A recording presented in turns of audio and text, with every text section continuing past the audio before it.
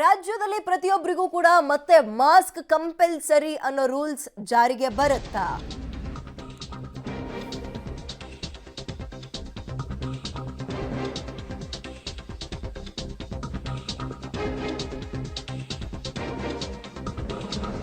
ರಾಜ್ಯದಲ್ಲಿ ಮತ್ತೆ ಮಾಸ್ಕ್ ಕಡ್ಡಾಯ ಆಗುತ್ತಾ? ಇಲ್ಲಿವರೆಗೂ ಮಾಸ್ಕ್ ಕಡ್ಡಾಯ ಇರಲಿಲ್ಲ, ಬಟ್ 60 ವರ್ಷ ಮೇಲ್ಪಟ್ಟವರಿಗೆ ಕಡ್ಡಾಯ ಮಾಡಿದ್ರು. ಬಟ್ ಇವತ್ತಿನ ಸಭೆಯಲ್ಲಿ ಚರ್ಚೆ ಮಾಡಿ ನಿರ್ಧಾರವನ್ನ ತೆಗೆದುಕೊಳ್ತೀವಿ ಅಂತ ಆರೋಗ್ಯ ಸಚಿವ ದಿನೇಶ್ ಗುಂಡೂರಾವ್ ಅವರು ಹೇಳಿಕೆಯನ್ನ ಕೊಟ್ಟಿದ್ದಾರೆ.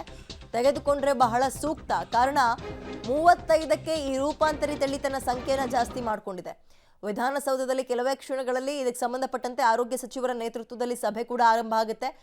ಆರೋಗ್ಯಾಧಿಕಾರಿಗಳು ಮಾಹಿತಿ ಕೊಡ್ತಾರೆ, ಕೇಸ್ಗಳು ಹೇಗೆ ಏರಿಕೆ ಆಗ್ತದೆ, ಸದ್ಯಕ್ಕೆ ಏನೆಲ್ಲ ಕ್ರಮಗಳನ್ನ ಕಂಪಲ್ಸರಿಯಾಗಿ ತಗೊಳ್ಳೇಬೇಕು. ಅದ್ರಲ್ಲಿ ಪ್ರಮುಖವಾಗಿ ನಮಗೆ ಬರುವಂಥದ್ದೇ ಸ್ಯಾನಿಟೈಸರ್ ಮತ್ತೆ ಮಾಸ್ಕ್, ಎರಡು ನಮ್ಮ ಜೊತೆಯಲ್ಲಿ ಇರಬೇಕು ಅಂತ. ಅದ್ರ ಬಗ್ಗೆ ಇವತ್ತು ನಿರ್ಧಾರ ಮಾಡ್ತಾರೆ. ಈಗಾಗಲೇ 60 ವರ್ಷ ಮೇಲ್ಪಟ್ಟವರಿಗೆ ಮಾಸ್ಕ್ ಕಡ್ಡಾಯ ಇದೆ.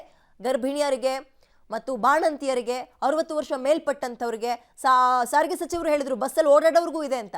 ಬಟ್ ಪ್ರತಿಯೊಬ್ಬರಿಗೂ ಮಾಡೋದ್ರ ಬಗ್ಗೆ ಇವತ್ತು ಚರ್ಚೆ ಆಗುತ್ತೆ. ಹೇಳಿರೋದು ಇದೆಲ್ಲ ಹಾಕೊಂಡ್ರೆ ಒಳ್ಳೇದು ಅಂತ, ಯಾಕಂದ್ರೆ ಎಲ್ಲೂ ಕೂಡ ಕಡ್ಡಾಯ ಅಂತ ಯಾರೂ ಹೇಳಿಲ್ಲ, ಯಾವ ರಾಜ್ಯದಲ್ಲೂ ಹೇಳಿಲ್ಲ, ಆಯ್ತಾ. ಸೊ ನಾವು ಏಕಾಏಕಿ ನಾವು ಇಲ್ಲಿ ಕಡ್ಡಾಯ ಮಾಡೋದು ಕೂಡ ಸರಿ ಹೋಗಲ್ಲ. ಮತ್ತು ತಾಂತ್ರಿಕ ಸಲಹಾ ಸಮಿತಿ ಕೂಡ ಕಡ್ಡಾಯ ಮಾಡಿ ಅಂತ ಹೇಳಿರಲಿಲ್ಲ. ಎಚ್ಚರಿಕೆಯಿಂದ ಅವರೆಲ್ಲ 60 ವರ್ಷಕ್ಕಿಂತ ಹೆಚ್ಚಿರೋರು, ಬೇರೆ ಬೇರೆ ರೋಗಗಳಿರೋರಿಗೆ, ಇಮ್ಯುನಿಟಿ ಕಮ್ಮಿ ಇರೋರಿಗೆ ಅವರೆಲ್ಲ ಮಾಸ್ಕ್ ಹಾಕೊಂಡ್ರೆ ಒಳ್ಳೇದು, ಹಾಕೊಳ್ಳಿ ನೀವು ಅಂತ ನಮ್ಮ ಸಲಹೆ ಕೊಟ್ಟಿದ್ದೀವಿ. ಈಗ ಆದರೆ ಏನಾದರೂ ಮಾರ್ಪಾಡುಗಳಾಗುವಂಥ ಸನ್ನಿವೇಶ ಇದ್ರೆ ನೋಡ್ತೀವಿ. ಈಗ ನಾನು ಡಿಸ್ಕಸ್ ಮಾಡಿ ಆಮೇಲೆ ಹೇಳ್ಬೇಕು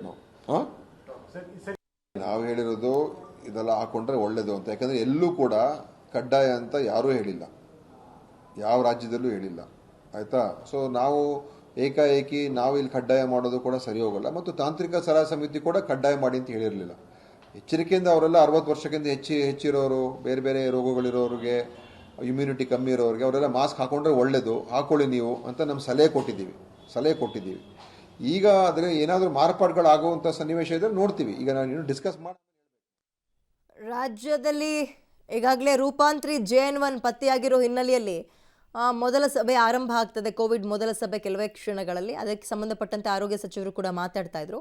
ಈ JN1 ವೈರಾಣುವಿನ ತೀವ್ರತೆ ಬಗ್ಗೆ ವರದಿಯನ್ನು ತಾಂತ್ರಿಕ ಸಲಹಾ ಸಮಿತಿ ಕೊಡುತ್ತೆ. ಅಂದರೆ ತೀವ್ರತೆ ಅಂದರೆ ಎಷ್ಟು ಬೇಗ ಸ್ಪ್ರೆಡ್ ಆಗುತ್ತೆ ಅನ್ನೋದಕ್ಕೆ ಸಂಬಂಧಪಟ್ಟಂತೆ.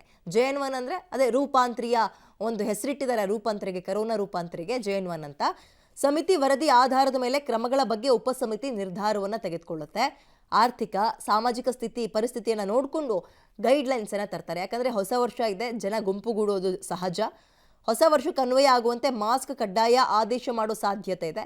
ಇವೆಲ್ಲವನ್ನ ಹೇಗೆ ಸರ್ಕಾರ ನಿರ್ಧಾರ ತಗೊಳ್ಳುತ್ತೆ ಆರೋಗ್ಯ ಇಲಾಖೆ ಅಂದರೆ, ತಾಂತ್ರಿಕ ಸಲಹಾ ಸಮಿತಿಯವರು ಇವರಿಗೆ ಮೆಸೇಜ್ ಕೊಡಬೇಕು, ಸರ್ ಹಿಂಗೆ ಮಾಡೋಣ ಅಂತ. ಮಾಸ್ಕ್ ಕಡ್ಡಾಯ ಹೊರತುಪಡಿಸಿ ಬೇರೆ ಕ್ರಮ ಜಾರಿ ಮಾಡೋದು ಸದ್ಯಕ್ಕೆ ಡೌಟು ಅನ್ನಲಾಗ್ತಾ ಇದೆ. ನೋಡೋಣ, ಒಟ್ಟು ಮಾಸ್ಕ್ ಆದರೂ ಕಂಪಲ್ಸರಿ ಮಾಡಬೇಕು. ಕಂಪಲ್ಸರಿ ಅಂದರೆ ಹೆಂಗೆ ಹೇಳಿ, ನೀವು ಹಾಕಲೇಬೇಕು ಮಾಸ್ಕ್. ಹಾಕಲಿಲ್ಲ ಅಂದರೆ ಮಾರ್ಷಲ್ಸ್ಗಳಿರ್ತಾರೆ, ಫೈನ್ ಕಟ್ಟಿಸ್ಕೊಳ್ಳೋದೆಲ್ಲ ನೋಡಿದಿರಲ್ಲ ಹಳೆ ದಿನಗಳಲ್ಲಿ. ಆ ರೀತಿಯಾಗಿ ಮರುಕಳಿಸುವ ದಿನ. ಹಾಗಾಗಿ ನಿಮ್ಮ ಆರೋಗ್ಯ ದೃಷ್ಟಿಯಿಂದ ಮಾಸ್ಕ್ ಕಂಪಲ್ಸರಿ ಒಳ್ಳೆಯದು ಅಂತಿದ್ದಾರೆ. ಇವತ್ತು ಅದನ್ನು ಕಂಪಲ್ಸರಿ ಮಾಡ್ತಾರೆ ಅನ್ನುವಂತಹ ಮಾಹಿತಿ ಕೂಡ ಇದೆ. ತಾಂತ್ರಿಕ ಸಲಹಾ ಸಮಿತಿ ಏನೆಲ್ಲ ಅಂಶಗಳನ್ನು ಆರೋಗ್ಯ ಸಚಿವರ ಮುಂದಿಡುತ್ತೆ, ಅದ್ರ ಮೇಲೆ ಒಂದು ಡಿಸಿಷನಿಗೆ ಬರ್ತಾರೆ. ಅದನ್ನು ಮೀರಿ ಏನಾದರೂ ಮಾಡ್ತಾರಾ, ಬೇರೆ ಬೇರೆ ರೂಲ್ಸ್ಗಳನ್ನು ತರ್ತಾರಾ ಅಂದರೆ ಮೇ ಬಿ ಡೌಟು ಅನ್ನಲಾಗ್ತದೆ ಸದ್ಯಕ್ಕೆ. ಮುಂದಕ್ಕೆ ನೋಡ್ತಾರೆ. ಬಟ್ ಈಗ ಹೊಸ ವರ್ಷಕ್ಕೆ ಇನ್ನೇನೋ ಬಂದೇ ಬಿಡ್ತೀವಿ, 3-4 ದಿನ ಆದರೆ ಹೊಸ ವರ್ಷಕ್ಕೆ ಕಾಲಿಟ್ಟೇ ಬಿಡ್ತೀವಿ ನಾವು. ಆ ಹಿನ್ನೆಲೆಯಲ್ಲಿ ಸದ್ಯಕ್ಕೆ ಮಾಸ್ಕ್ ಕಂಪಲ್ಸರಿ ಮಾಡೋ ಸಾಧ್ಯತೆ ತೀರಾ ದಟ್ಟವಾಗಿದೆ.